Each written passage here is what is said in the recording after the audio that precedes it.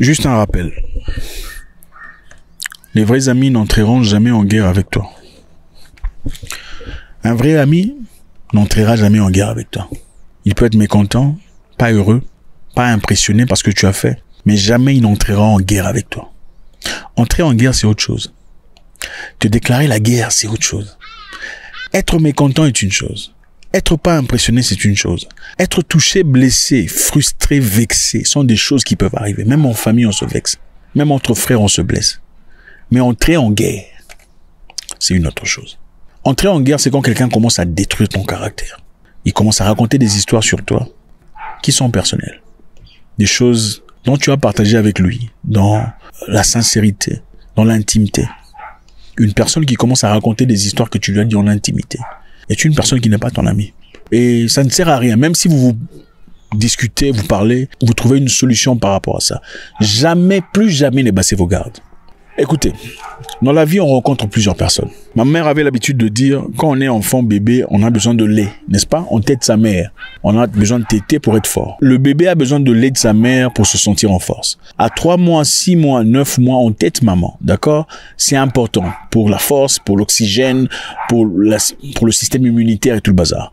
Quand on atteint 2, 3, 4 ans, il faut manger le dur, c'est important, n'est-ce pas? Vous mangez le dur, vous atteignez 18 ans. À cet âge-ci, vous mangez le dur. Si on vous demandait de téter votre mère, vous le ferez? Non, aujourd'hui, à votre âge, on vous dit, maman est là, va téter maman. Tu vas téter maman? Tu le feras pas. N'est-ce pas? Est-ce que c'est-à-dire que tu négliges maman? Non. Le lait de maman était très important à un moment donné de ta vie. C'était crucial à ta santé. C'était salutaire.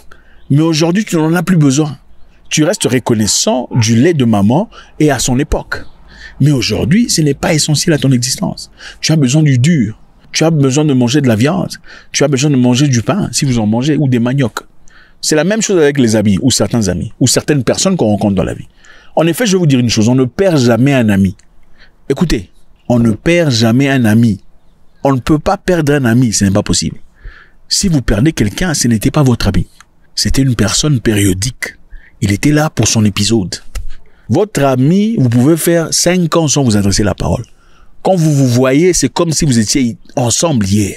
C'est ça un ami. Un ami, même si on te jette en prison, à tort ou à raison, il viendra soutenir tes enfants, même en ton absence. C'est ça un ami.